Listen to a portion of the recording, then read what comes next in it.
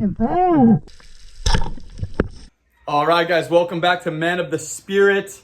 Today we got an epic video, another action video. I'm really trying to up my content here, just putting a lot of really good action. Guys, here's the 4 winners from my last video. Giving some kuis to you guys, so go ahead and DM me in Instagram so that you don't blow up your address all over the place. But I'm going to be sending you some kuis, and I'm going to be choosing from the comments and just trying to send out some more kuis because I want to give them to my supporters that are supporting me. I want to support you and give you something to help your hobby of spearfishing. Guys, thanks so much for tuning in. Don't forget to like, subscribe, and read your Bibles. Shoots!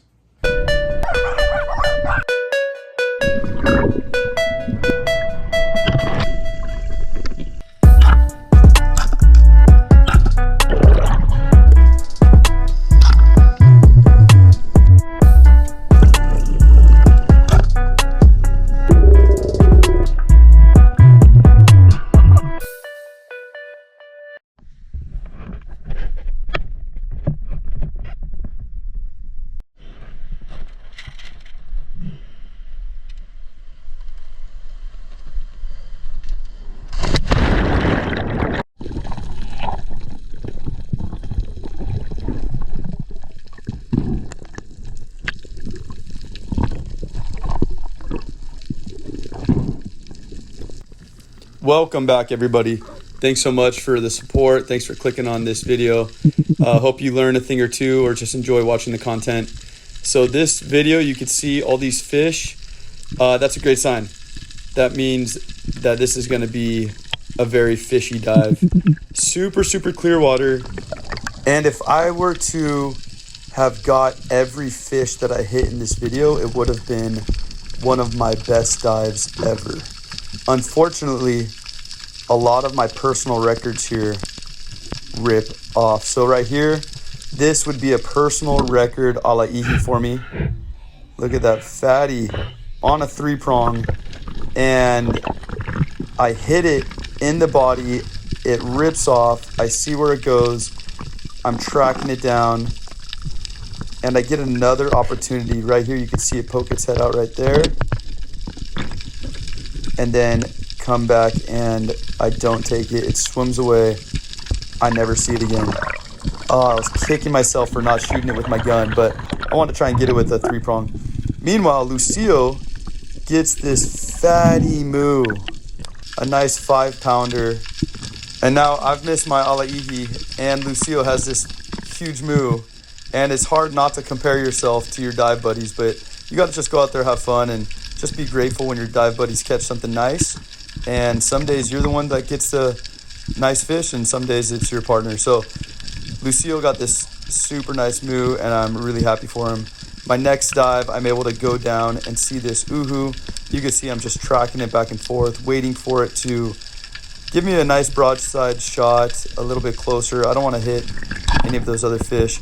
And I hit him, I should say her, and it's a nice holding shot, but it's still a dicey shot. So Lucio goes down there and grabs it because you know how soft these uhu skin are.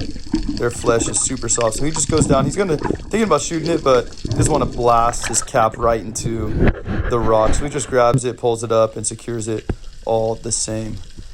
So now we're going out in deeper water.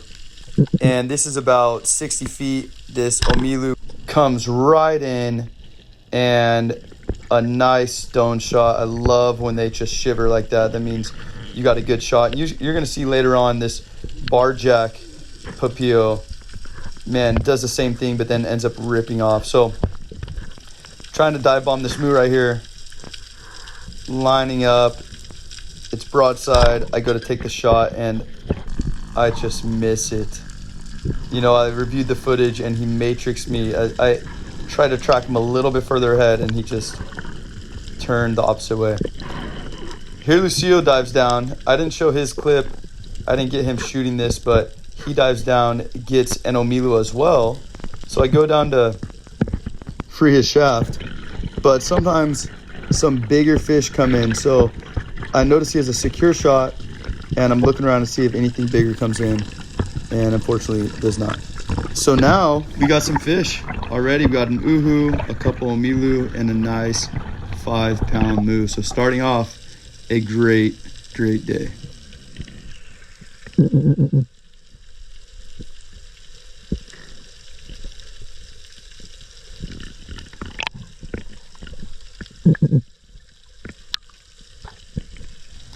You can see here, I'm tracking this Moana collie swimming right in.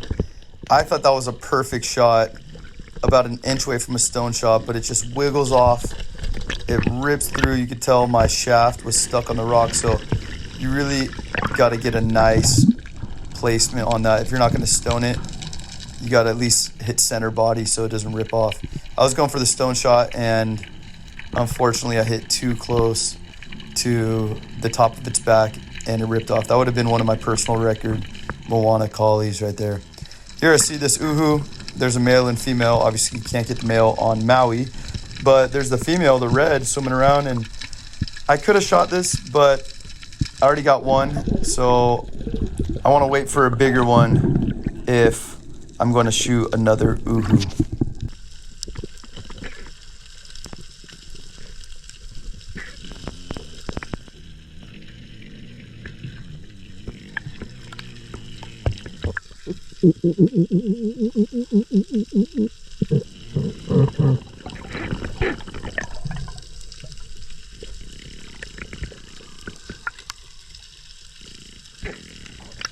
And I'm glad I waited, because right after this big girl just comes right in, gives me a perfect shot and a nice clip to throw up on the video.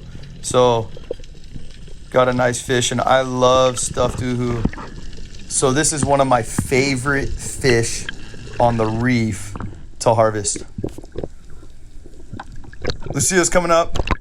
He's got his moo, he's got his Omilu, nice little clip right there. And you always want to stay close to your dive buddy when they're surfacing. When we do deep drops, we actually dive down to meet them. But we're only doing about 60 feet right now, which is not super deep.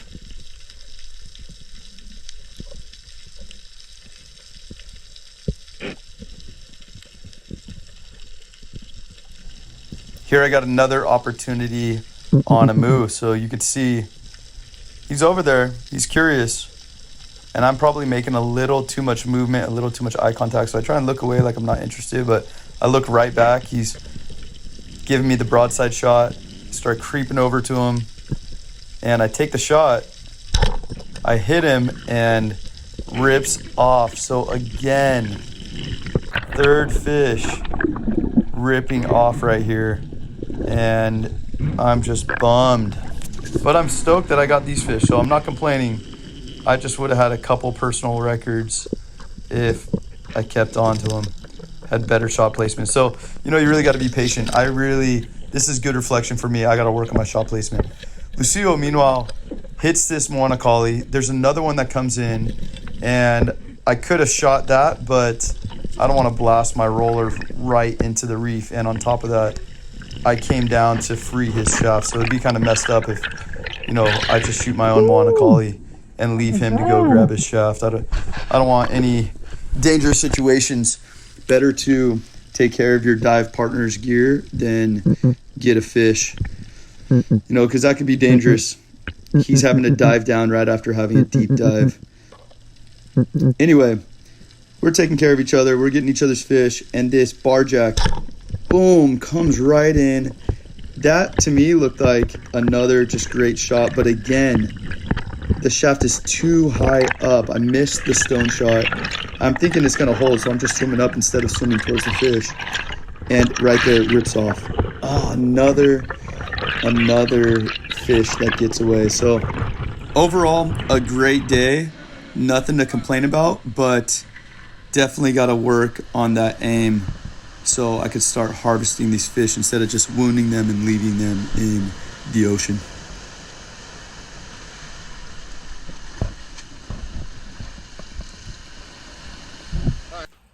All right, guys, welcome back to our 1 Minute with God. Today we're going to be reading Jesus' words in John chapter 10, verse 19. Here the Bible reads, "The Jews who heard these words were again divided. Many of them said, he is demon-possessed and raving mad. Why listen to him? But others said, these are not the sayings of a man possessed by a demon. Can a demon open the eyes of the blind? So Jesus' words, aka the Bible right here, it divided the people into groups. Some people persecuted him, said he's demon-possessed and raving mad. Other people said, no, look at all the miracles he's doing. This is not a man possessed by a demon. And in the same way, Luke 12:51 says that Jesus didn't come on earth to bring peace, but he came to bring division. So as Christians, if we are going to actually apply the Bible to our life, it's going to divide people in our life. The people that don't love that you're now trying to live righteously, they're not going to want to hang out with you anymore because your relationship is based on sin. Whereas other people that go, man, I love that your life is better with God. I love that you're pursuing the Lord. I want to imitate that. Those people are going to imitate you. And so in 2 Timothy chapter 3, verse 12, the scriptures say, anyone who even wants to live a godly life will be persecuted. So if you're not being persecuted, there's a problem right there. But for those of us that want to follow Jesus, expect that people in our life are not going to want to hang out with us anymore. Other people are going to gossip, slander about us, persecute us. And if Jesus was persecuted, then we're going to be persecuted too. And that's our 1 minute with God. God's done trouble.